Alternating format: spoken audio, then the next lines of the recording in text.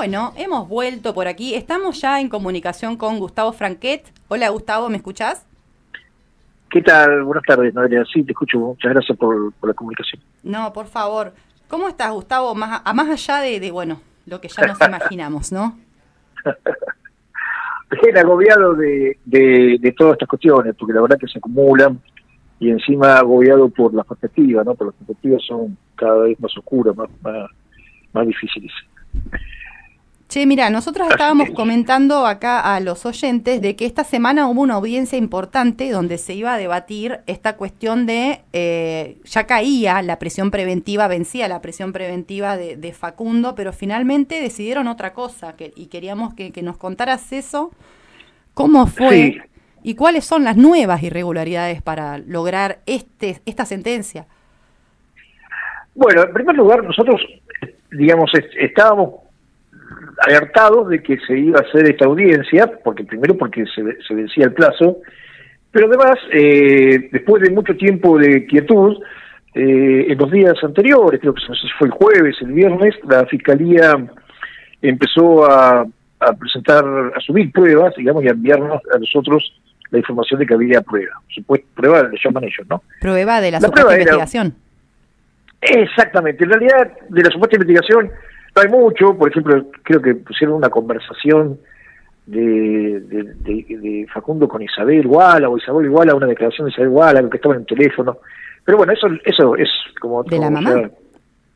Sí, no hace falta. Digamos, todo eso son todas cosas que ellos sacan de los teléfonos, sí, que no sirven para nada, eso saben que no sirven para nada. Lo más grave es que apareció la información de la acumulación de una causa que se ve que fueron a planteárselo a la Cámara de General Roca, de Fiquimelecú, que fueron a plantear que se acumule hasta acá una causa, probablemente estén en trámite varias más, una causa de las tantas esas que andaban dando vuelta y que nunca llegaban a nada, no había imputado, donde no se podía comprobar nada, sí, en base a situaciones, hechos que se dan y los cuales aparecieron o volantes o pintadas que atribuyen esos hechos a la RAM, ¿no? Bien, entonces acumulan esa causa. Bueno, nosotros vimos eso y fuimos a la audiencia. La audiencia, por supuesto, el viernes a última hora o a la tarde nos avisan de que el lunes a primera hora tenemos la audiencia, así sin ningún tipo de... Pero además es importante esto porque, como digo, ellos nos informan que se ha acumulado una causa.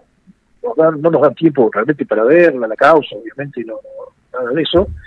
En realidad se acumula una causa formalmente y otra causa aparece, o la documentación de otra causa también aparece incluida en lo que nos envía la Fiscalía.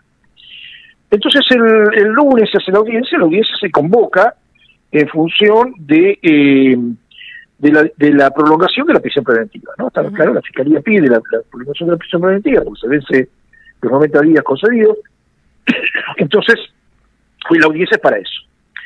Ahora bien, en un momento de la audiencia, además, que está plagada de otras irregularidades, digamos, la discusión, pero en un momento de la audiencia la Fiscalía plantea que además quiere aprovechar para pedir que, nuevamente, porque ya lo había hecho en la primera audiencia y el juez en aquel momento, que era otro, lo negó, que se siga todo el proceso por lo que el Código Nuevo llama casos complejos, procedimiento de casos complejos. ¿Qué significan los hechos? Bueno, que el tiempo de investigación, que normalmente tiene 1 año de plazo como máximo, sí, ahora el máximo son 2 años, y el tiempo de duración total del proceso, sin los recursos a la Corte, digamos, extraordinarios, que es de 3 años normalmente, pasa a 6.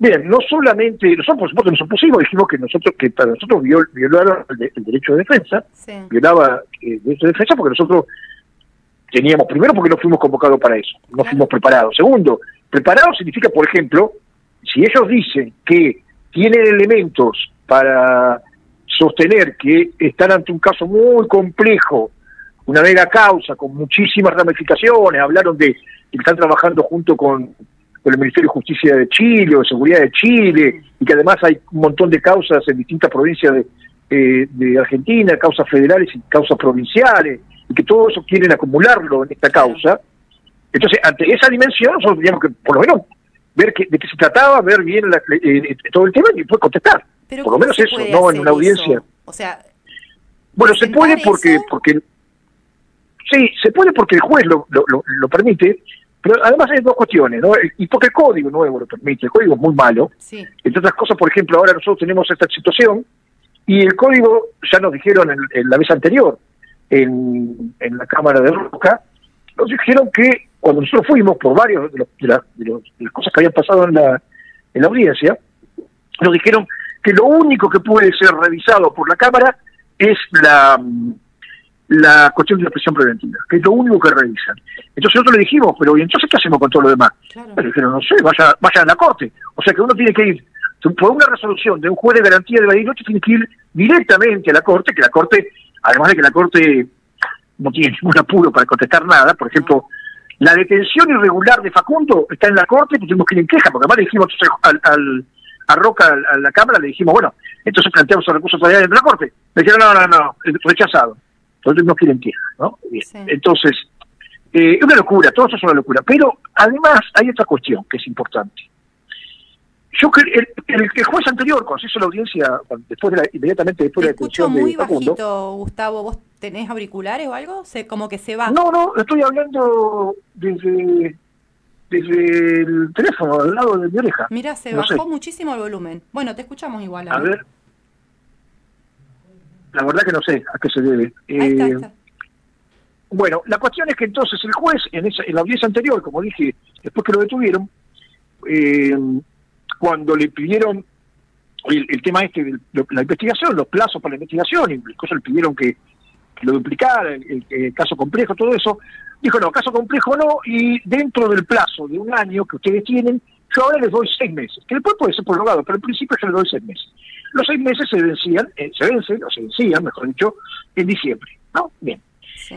Ahora, nosotros, en la mitad de eso, cuando todavía tiene 3 meses más para investigar, antes de ir a plantear en una audiencia la Fiscalía que quiere prorrogarlo, que quiere incluso casos complejos, etcétera, y no ahora en los 90 días, porque la Fiscalía estaba autorizada a seguir con la investigación por lo menos 3 meses más, o sea, tenía tiempo para resolver esa cuestión. Pero, ¿qué pasa? Nosotros creemos que en realidad fue hecho a propósito, porque como aquel juez les negó eso, ahora aprovecharon que era este juez, Zapata, sabiendo que cuando se lo planteaban a Zapata se lo iba a conceder. Porque lo lógico era que ellos esperaran, se cumplieran los 6 meses antes de venir con todo este tema de que siguieran con la investigación, los 6 meses y después vinieran a plantear los problemas de la investigación. Acá solamente se iba a discutir la prisión preventiva. Claro. Ellos trajeron la cuestión de la investigación otra vez para justificar la prisión preventiva, además, y también y legítimamente, solamente en la amenaza de pena, en la dimensión de la acusación, no en la cuestión del peligro de fuga. Después sobre el peligro de fuga vuelven a decir lo mismo, que no tiene arraigo, todas esas cuestiones. Pero en realidad el problema es, por un lado agrandan la situación, por otro lado aprovechan, yo creo que se conoce como, creo que es Shopping Forum se llama, ¿no? Que acá en Comodoro Pi lo usan mucho, que es los abogados que saben en qué momento presentar las cosas para que los tome determinado juez y no determinado otro. ¿Es cierto? Entonces lo que pasó fue, se encontraron con Zapata, que Zapata fue sorteado el día anterior, por eso ellos pidieron solamente una audiencia para discutir la prisión preventiva, porque no sabían qué juez le iba a tocar. Claro. Cuando ven que les tocó Zapata, aprovechan y le dicen a Zapata, denos, y Zapata no solamente dice, bueno, ahora les doy, es caso complejo, por lo tanto tienen un máximo de 2 años. Directamente les da los 2 años. Claro. ¿Se entiende? Le dan los 2 años, tómense 2 años para investigar. O sea que, por supuesto, imagínense. Sí, lo que yo quiero saber es, esto puede ser que si ellos deciden tomarse los 2 años de investigación, pueden tener los 2 años detenido a Facundo, preventivamente. Pueden y lo van a hacer, seguramente, por supuesto.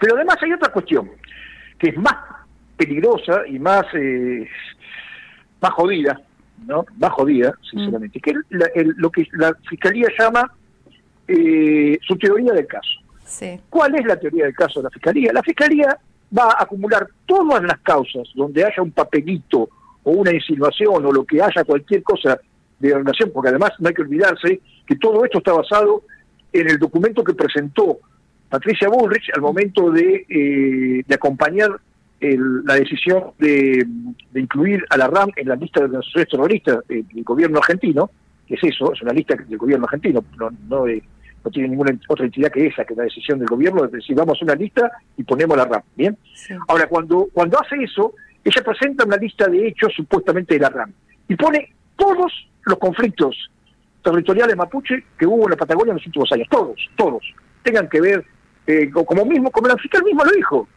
hablando de gente que se lleva muy mal, de comunidades que se llevan muy mal con Facundo Chorubala, no les importa nada. Eso todo es RAM y todo es terrorismo mapuche.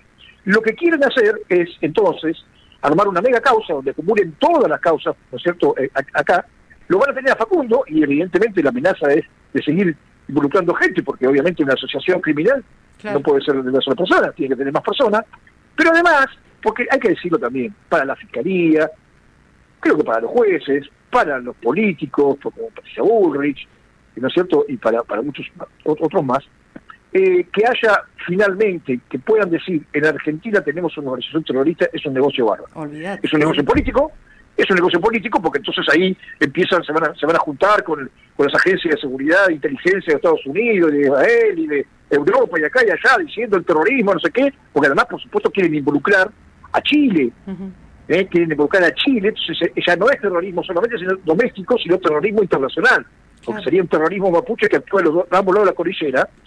Pero además, y eso conociendo, obviamente que ahí podemos hablar incluso, si nos queremos reír de todo esto, el 3% que corresponda, pero además porque es un negocio político, un negocio material, económico, bárbaro, porque ahí van a poder pedir, así como le piden al FMI para sostener estos programas de mierda que destruyen toda la economía argentina una y otra vez, le van a pedir plata para las Fuerzas Armadas, para las Fuerzas de Seguridad, y no sé si lo involucran a las Fuerzas Armadas, digamos, todo eso, pero además eso es canilla libre para que justamente, para que el 3%, el 8% y todo ese por ciento vaya a parar los bolsillos de ellos. Claro. Es un gran negocio. Sí, nosotros conocemos el caso de Paraguay. La venta de armas, todo que participa. Sí, el negocio de la venta de armas, de elementos de seguridad, de sueldos, de divisiones de fiscales y divisiones de policías, y todo. Y bueno, imagínense, como siempre decimos, ¿no? Toda esta gente que vive apaleando jubilados y manifestantes y todo esto, la plata que le pagan en horas extras y el despliegue y el gasto que significa cada uno de esos operativos. Bueno, insisto, porque no es menor y porque ocurre no con este gobierno, con todos los gobiernos. Y de esa plata además, que la manejan indiscrecionalmente y es fantástico y hacen lo que quieren con esa plata, además se llevan siempre el Diego, como se dice, el 3%, el 3% que además, como bien dijo el Llorete, es sobre lo que se cobraba antes, no es ese 3%, no es que ahora cobra 3%, no. Le agregaron un 3% para Karina, ¿no? Pero bueno, este es el tema, es un negocio bárbaro, nosotros conocemos el caso del Paraguay, ¿no? Ellos pusieron al ejército a combatir a la guerrilla, cosa que no se podía hacer, cambiaron la ley para que combate el ejército a la guerrilla, acá todavía no se puede hacer, ¿no? Pero acá hubieron igual modificaciones, Gustavo, que tienen que ver con poder sacar al ejército argentino a combatir en conflictos de civiles. Sí, todavía no. Lo que pueden hacer es hacer logística, por ejemplo, o información en caso de narco y esas cuestiones así, y después en catástrofe, pero todavía no está modificada la ley de seguridad interior como para decir el ejército puede intervenir en combate adentro de Argentina. Entonces, ¿qué pasa? En Paraguay sí, hicieron los cambios necesarios, ¿no es cierto? Y hicieron una ley que dice que... Ahora, ¿qué pasa? Cada tanto hay gente que plantea, bueno, pero ¿es necesario que el ejército esté involucrado por un grupo que el mismo ejército dice que ahora debe tener unas 20 personas y que están por ahí en el monte? Entonces, ¿qué contesta el ejército? Sí, por supuesto, ¿no? Claro, porque es un negocio bárbaro. Claro. Porque es un negocio bárbaro, porque se enriquecen, porque cobran horas extras, porque cobran por peligro, por combate, por no sé cuántas cosas más. Es un negocio bárbaro, como en su momento ha sido un gran negocio para las Fuerzas Armadas, la Gendarmería, etcétera, en ir a las famosas fuerzas de paz que tan pobre papel han hecho en el mundo. Sí. Cuando Facundo Molares estuvo en un campamento de movilizados de la FARC, después de que se firmó el acuerdo de paz, ese campamento estaba custodiado para protegerlos de los paramilitares por fuerzas de Naciones Unidas, por fuerzas de paz de Naciones Unidas, había gendarmes y policías y soldados argentinos. Entonces, esos negocios ahora quieren meterlo en el tema del combate al terrorismo. Es un gran negocio político, insisto, porque también es un gran negocio político, porque lo ubica en otra categoría, porque, claro, porque si no, imagínense, son aliados de Israel, son aliados de Estados Unidos, aliados de Europa, aliados de cosas, y son los únicos giles que no tienen un terrorismo para poner arriba de la mesa para llevarse algo. Claro. Entonces, bueno, ahora se quieren sentar en esas mesas, porque es lo que les gusta. Entonces, bueno, quieren hacer eso. Y los fiscales lo mismo. Los fiscales que, por supuesto, empiezan con ya existen eso, las coordinaciones de las fiscalías por el tema de la triple frontera y por el tema del terrorismo internacional. Entonces, permanentemente agitan eso. Y es un negocio, hacen carrera funcional, carrera política, y hacen mucha plata. Entonces, son muchos intereses queriendo, y encima tiene dos consecuencias. La primera, la inmediata, es este tipo de cosas, el encarcelamiento de luchadores sociales, el encarcelamiento de Facundo, que es un militante que mintió opiniones políticas y por eso lo tienen preso, pero además es, bueno, hacia todos, van progresivamente generando, es como el caso de Facundo. La fiscalía tiene como opción todavía en estos 2 años definir a ver de qué tipo de asociación criminal lo va a condenar, o a acusar, mejor dicho, lo va a acusar. La fiscalía no condena, acusa. Ahora, ¿qué significa eso? Significa que los legisladores han metido en el Código Penal, por ejemplo, existe el artículo, vamos a poner 28, y después uno tiene 28 bis, 28 quinqui, 28 cuarti, o sea, le van agregando. Esos son todos agregados. Y han agregado 7, 8, 10 figuras de asociación criminal. Claro. Entonces ahora la Fiscalía tiene que ver cuál de esas figuras le aplica a Facundo y a las personas que involucren en esta supuesta organización y con este supuesto terrorismo y todo esto. Que tiene, por supuesto, además el otro componente que ya ha sido probado en Chile. Chile ha sido condenado y ha tenido que rectificar y ha tenido que cambiar su legislación porque Naciones Unidas y la Corte Interamericana en particular le ha dicho a Chile que no se puede usar leyes antiterroristas para conflictos con pueblos originarios. Claro. Pero sin embargo, sí. Bueno, como tantas otras Pasan cosas que no se por pueden hacer. Sí, exactamente. Así que bueno, esa es la situación. Creo que esta audiencia ha sido desgraciadamente más grave que la anterior y la verdad que ya no sabemos qué esperar. Porque realmente cada vez que ellos van abriendo, digamos, el juego es peor y muestran las más bajas intenciones. Insisto, la Fiscalía diciendo, bueno, esto es nuestra teoría del caso, no necesitamos más. Claro, no tiene ninguna prueba. No tiene que ver con que cualquier cosa que la Fiscalía presente es una verdad absoluta. O sea, ahí también hay un grave problema con los jueces. Bueno, obvia. Pero además el otro problema, ¿cuál es?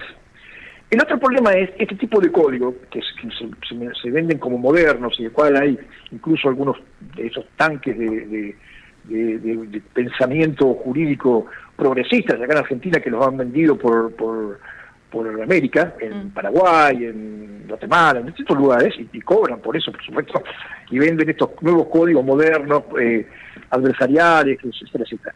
Ya lo vimos en Paraguay también. ¿Qué dicen ellos?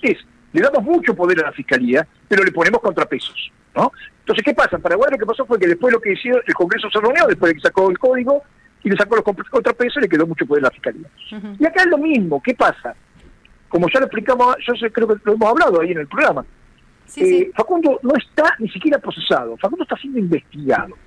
¿Cómo puede ser que una persona que está siendo investigada, que todavía no sabe de qué se lo va a acusar, y que tiene 2 años para acusarlo además, esté con prisión preventiva? Claro, justamente, porque el código que dice, como contrapeso a esa importancia que se le da a la imputación, ¿no?, que hace la Fiscalía, ponemos que la prisión preventiva es el último de los extremos, la última de las posibilidades, tiene que estar sostenido, y que además hay un montón de alternativas previas. Claro, ese sería el contrapeso para evitar esto que pasa, que es, bien, la Fiscalía acusa de algo terrible, ¿no? Terrorismo, entonces por lo menos son 15 años de prisión. Entonces, de eso, ¿qué le dicen al juez? Mire, si una persona que la estamos acusando de 15 años de prisión, la dejamos libre, se la escapar, obviamente, porque si no, la llegamos a condenar, se muere en la cárcel. Entonces el juez dice, no, tiene razón, es muy grave, la acusación se va a escapar, prisión preventiva. Claro, pero para escaparte vos tenés que tener determinadas condiciones. O sea, acá lo que sucede es que la primera sospecha que se levanta contra Facundo es que supuestamente se mueve de un lado hacia el otro, cuando lo que sabemos es que el chabón hace changa, o sea... Es que en realidad esa sería la razón, la Yo única también razón podría terminar en cana por eso. Y bueno, bueno, pero además, si es por eso, estamos hablando de jueces que son todos jueces subrogantes y que se la pasan saltando de un lado al otro, y que uno va a Bariloche y se encuentra con el juez Silva, y después va a Comodoro Rivadavia y se encuentra con el juez Silva, y después viene a Zapala y se encuentra con el juez Zapata, y después va a Esquel y se encuentra con el juez Zapata. Ellos andan saltimbando, que andan por todos lados. Claro. Los que no tienen rabo son los mapuches que hace 500 años que viven ahí, o 1000 o 10.000, no sé cuánto así. Claro. Y que tienen generaciones comprobadas de familias que viven en esa zona. Facundo tiene familiares por toda esa zona. Y además, Facundo volvió de Chile después de estar años preso. Claro. Entonces, obviamente que tiene que reconstruir su vida, y obviamente que su núcleo familiar está en Bariloche, y él quiere construir, lo explicó ayer en la audiencia, explicó, incluso explicó después cómo fue el famoso tema, dice, no, porque cambia de teléfono. Explicó, cambié de teléfono porque me robaron, me rompieron el alma a patadas, y me robaron el teléfono. Así de sencillo. Y después también me lo sacaron en el marco de, no sé, bueno, ahí contó que cuando lo metieron preso ahí en esa noche, que lo querían acusar de robar autos, no se estupidez. Bueno, entonces, pero además, explicó, yo quiero construir mi casa en Leleque, ¿no es cierto? Sí. Y tengo que trabajar haciendo changa. Y changa, por ejemplo, estuve trabajando todo este tiempo con mi mamá, que tiene un contrato, la comunidad de proveedor de leña, no sé qué organismo estatal. Eso es lo que estaba yo diciendo. No, dice, porque una testigo dijo que vivía. La testigo lo único que dijo fue que ella conocía a la familia, y era una testigo que hablaba del beneficio de tirar sin gasto. Entonces, el testigo dijo, pongámosle que haya dicho, creo que no lo dijo, pero pongámosle que haya dicho, sí, él vive acá con la abuela o con la madre. Sí, porque lo estaba viendo todos los días ahí, porque estaba casi mucho tiempo ahí. Pero cuando a él le preguntaron por el domicilio él dijo, mi domicilio es Leleque, porque mi casa está en Leleque, como le pasa a cualquiera. ¿No es cierto? A uno le preguntan, ¿dónde vivís vos? Porque además eso, después tiene que entender uno la diferencia que a veces nos cuesta a los abogados entre domicilio real, domicilio procesal, domicilio no sé qué. Bueno, le preguntan, el domicilio del DNI, si uno tiene, ¿cuántas veces le pasa? Si, ¿qué tengo que decir? ¿El domicilio que está en el DNI o el que tengo en mi casa? O sea, es así. Es así, es la vida normal, pero la normalidad desaparece con esta gente cuando uno cae en las garras de ellos. Sí, no, entonces no hay manera. Y una pregunta como última, como para ir cerrando, que me interesa, ¿cómo sucede con la situación de los fiscales federales? Porque, por ejemplo, los fiscales de provincia tienen este deber de objetividad, donde tienen que determinar que existe un crimen probable para poder llevar adelante una imputación y demás. Pero tienen el deber de objetividad. No. Acá lo que están haciendo es ver cómo le encuentran un delito, alguno, el que sea. No, los fiscales tienen una impunidad absoluta. Yo el Pagliaco creo que le comentábamos. Sí. El fiscal diciendo las barbaridades que dijo, insultó a Cruz Cárdenas, diciéndole que era un cobarde. Dijo que los mapuches eran chilenos que vinieron y cometieron un genocidio contra los Adoniquén. Dijo lo que le pareció, dijo, con una impunidad absoluta. Porque el problema es ese, ¿qué vamos a hacer nosotros? ¿Qué vamos a ir al Consejo de la Magistratura, no sé de dónde, a plantear que se revise si ahí lo que hay es justamente una rosca de políticos que negocian, se cambian figuritas a ver a quién y nunca dejan impune a todo el mundo, a todos los que son amigos de ellos. Sí, el fiscal Tornelli estuvo meses y meses en rebeldía y no pasó absolutamente nada, sigue siendo fiscal. Claro, bueno. Estuvo en rebeldía cuando Facundo, ¿no es cierto? Facundo no, pero por ejemplo en otros casos de la Wincul, no, porque estuvo en rebeldía, por lo tanto no le corresponde nada. Y Tornelli estuvo en rebeldía. Había un juez que le dijo, preséntese acá porque lo quedó en rebeldía. No se presentó, lo declaró en rebeldía, siguió como si nada, trabajando en el mismo edificio donde estaba el juez, y después, claro, y un día se cayó todo eso y siguió lo suyo. Claro. ¿Cuál es el problema? Es así. Yo obviamente que lo digo, obviamente como persona, lo digo como militante, como una persona que tiene un montón de experiencia, pero también lo digo como abogado. Este sistema no tiene arreglo así. Es imposible, porque ese sistema, pero además se demuestra, justamente queda muy desnudo cuando se trata de la cuestión mapuche. Sí, porque como le dijimos también en el otro día en el juicio de Pagliaco, el problema es que acá, con los mapuche, ¿no es cierto?, o con cualquier otro pueblo originario, el Estado es juez y parte. Sí, es claro. Entonces, si el Estado se maneja con su propia legislación, es la legislación de una parte, que la hizo ignorando los derechos de la otra. Entonces no tiene ningún sentido. Ustedes tienen que tratar de aplicar, bueno, ahora también pasó, nosotros hablamos durante la audiencia de la prisión preventiva esta que estamos hablando de Facundo, de los derechos que él tiene como miembro del pueblo originario, sí, lo que se llama en los tratados internacionales pueblos indígenas o tribales. Tiene derechos además reconocidos por la ley argentina, por la Constitución, por la jurisprudencia, por la Corte Interamericana. Tienen derechos, y entre esos derechos es la prisión preventiva, que es excepcional para todo el mundo.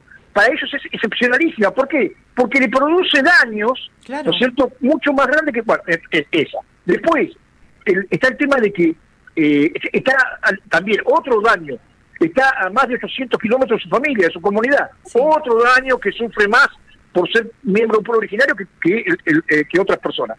Bien, todo eso ni siquiera lo consideró. Cuando el juez habló en la audiencia el otro día, era repetir lo que dijo la Fiscalía. No hizo ni siquiera mención ni para contestarnos, claro, ni para contestarnos. Exactamente, no hizo ni una sola... La única mención que hizo, lo que nosotros dijimos fue, si quieren que lo lleven a Esquel, pidan una audiencia al juzgado y pidan que lo lleven a Esquel. ¿Y hay posibilidades? O sea, no, porque depende del Ministerio de Seguridad. No, y sí, bueno, exactamente. Bueno, si vamos a ser tan crudos y realistas, sí. Pero la posibilidad que tenemos es, nosotros vamos a pedirle una audiencia al juzgado de Rawson para decirle, bueno, ustedes son los que son juzgados de ejecución. Y ya está aprobado, obviamente que veremos a ver si están de acuerdo con nosotros, está aprobado que la cárcel de máxima seguridad de Rawson no le puede garantizar el pleno ejercicio de los derechos como miembro del pueblo originario. No se lo puede garantizar. Sí. Ellos mismos lo dicen, no, para acá hay un límite que es la seguridad. Esto no lo vamos a hacer. Aquello otro no lo vamos a hacer. Esto no lo puede hacer, ya que las mujeres tienen que sacarse el pañuelo. ¿Pero qué problema sería el pañuelo? No importa, se tiene que sacar el pañuelo, porque así se lo reglamento. Bueno, entonces, si es imposible en una cárcel de máxima seguridad como la de Rawson, bueno, que lo lleven a la cárcel de Esquel, claro, donde siempre ha sido posible, donde Facundo estuvo meses y meses, 2 veces estuvo detenido ahí, no hubo ningún problema, tiene una excelente conducta, su familia lo visitó, hacía su ceremonia, ningún problema. Entonces, bueno, está aprobado eso, no hace falta aprobarlo. Entonces, que lo lleven que ordenen llevarlo a Esquel. Vamos a ver qué nos dice. Bueno, ojalá que, no sé, se ilumine alguien y salga algo en favor o respetando mínimamente la legislación, porque más allá de todas las brutales modificaciones que se hicieron, hay leyes que se están vulnerando simplemente para poder mantenerlo ahí. Y esto, que se lo decimos a los oyentes en realidad, no se va a resolver si no hay gente en la calle presionando, hablando y denunciando esto. Sí, si esto es...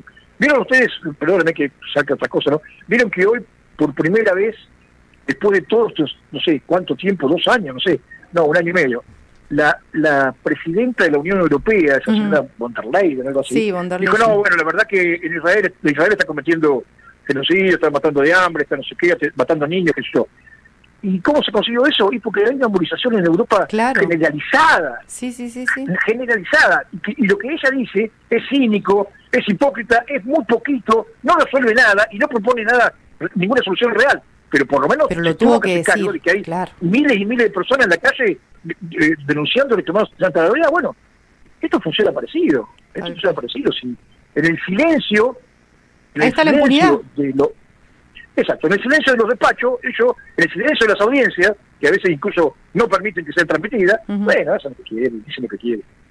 Como el fiscal Sánchez, el Pallaco, dice cualquier cosa. El horror. Tiene la impunidad absoluta, Bueno, se va a acabar en algún momento. ¿Será porque se vaya este gobierno o porque estaremos como Nepal en los juzgados para que se termine esto de una vez? Pero sí, bueno.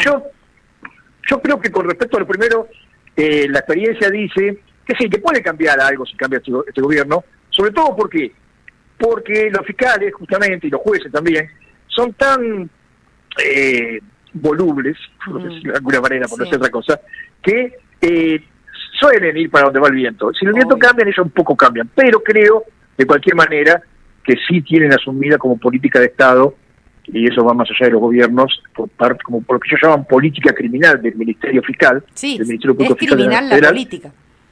Exacto. Bueno, la política criminal es contra los mapuches, es la guerra contra los mapuches. Bien, bueno, Gustavo, yo te agradezco un montón, nos tenemos que quedar con otras cuestiones que atender acá en el programa, pero no quería dejar de traer esta novedad acá y que bueno, que se ha escuchado. Yo voy a seguir incansablemente insistiendo en exigir la libertad de Facundo Jones Wala, en denunciar que es un preso político, la violencia institucional que se está llevando adelante en contra de él, y también denunciar el silencio de la militancia y de las organizaciones de derechos humanos que no están a la altura de la circunstancia que estamos viviendo. Así que te voy a seguir molestando. A medida que se vayan presentando cosas, vamos a seguir evidenciándolas por acá. Te agradezco un montonazo tu trabajo, sí, sobre todo porque sé que emocionalmente estas cosas también te destrozan, son pesadas. Así que porque esas broncas que te comés, viejo, tienen un costo. Ya estamos curtidos, por suerte gritamos mucho y desahogamos bastante. Por suerte. Simplemente para terminar con esto que me estás diciendo y para continuarlo, ¿no? Ha venido una delegación acá a Argentina, esta oficial, digamos, que vino el relator de Naciones Unidas para combate al terrorismo en pueblos indígenas, porque la ligan siempre los pueblos indígenas cuando los estados deciden combatir el terrorismo, la ligan siempre. Entonces, estuvo haciendo una visita, estuvo en el sur, ahí en la zona de Bariloche, y en una de esas entrevistas una funcionaria nos decía que estaba sorprendida, porque no es argentina, que estaba sorprendida porque habló con un montón de gente en Argentina, de todos los colores políticos, incluso gente que ella entendía que era gente, bueno, formada, como se dice, profesionalmente, académicamente, sí, incluso progresista, y que no podía creer la visión que tenían respecto a los mapuches, que son chilenos, que son pseudo mapuches, que cualquiera inventa decir que son mapuches se queda... como nosotros recordábamos que le preguntamos a una de las antropólogas en el juicio de Payaco también, de Wilmar, le decimos, a ver, escuchando a la fiscalía, ¿no? ¿Cuál es la gran ventaja de ser mapuche? De uno decir, no, yo soy mapuche. ¿Qué ventajas tiene uno ese? Lo meten preso, lo persiguen, no le quieren dejar la tierra, nunca le entregan la tierra. Cuando pueden lo desalojan, lo criminalizan, no puede andar por la calle vestido con su ropa cultural porque la gente lo discrimina. ¿Cuál es la ventaja? La famosa ventaja de que todo el mundo dice, no, se hacen los mapuches, ¿para qué? ¿Para qué? ¿Cuál ventaja tienen? Es una locura. ¿Qué ventaja tienen? Al contrario. Claro. ¿Quién va a querer ser mapuche? Claro, justamente, ¿quién va a querer ser mapuche? Bueno, tiene que ver con eso también, ¿no? Una finalidad que también que tiene que ver con esto de volver a esos tiempos donde había que negar por completo las raíces para que justamente no te pase esto. Entonces, esa también es la total involución que se está viviendo. Pero como decís vos, es social, no es solamente estatal. Tenemos que hacernos cargo de todo y tenemos que resolver esta cuestión. Por supuesto. Bueno, Gustavo, te mando un gran abrazo, vamos a estar en contacto seguramente, y bueno, que estés bien, te mando un abrazo otra vez. Bueno, trataremos de estar lo más posible. Sigo trabajando porque tengo que presentar el recurso contra esta decisión y además mañana se nos vence el recurso contra la condena a Pagliacco. Así que estamos a full. Bueno, hay más novedades entonces, después te hablo. Abrazo, Gustavo. Un abrazo grande, chao, gracias por todo. Bueno, ahí pasaba Gustavo Franquet. Es una desgracia. Yo voy a seguir trayendo este tema porque estoy atoradísima con esto. En serio, por favor, la gente que está del otro lado, por favor, les estamos pidiendo, observen esto. Separemos, por favor, que Facundo sea mapuche. Si no podemos con nuestro racismo internalizado, entendamos que es un ser humano, que es una persona que está privada de la libertad hace más de 3 meses, alejada de su familia, sin un delito. Está siendo apuntado por la máxima autoridad de este país, que es el presidente, y por la ministra de Seguridad, por el gobernador de esta provincia, por el Estado chileno, por las empresas extractivistas. Es una persona que está siendo totalmente violentada, oprimida, vulnerada y arrebatando todos sus derechos. Por favor, reaccionemos. Es momento de que salgamos a la calle por este tema, no si nos queda tiempo mencionamos a Facundo. Hay que hacer algo por Facundo, porque mañana podés ser vos, viejo. Puede ser vos, puedo ser yo, puede ser tu vecino, puede ser cualquiera que se atreva a levantar la voz y decir lo que piensa en esta supuesta democracia de los hermanos Milei que estamos viviendo. Las fuerzas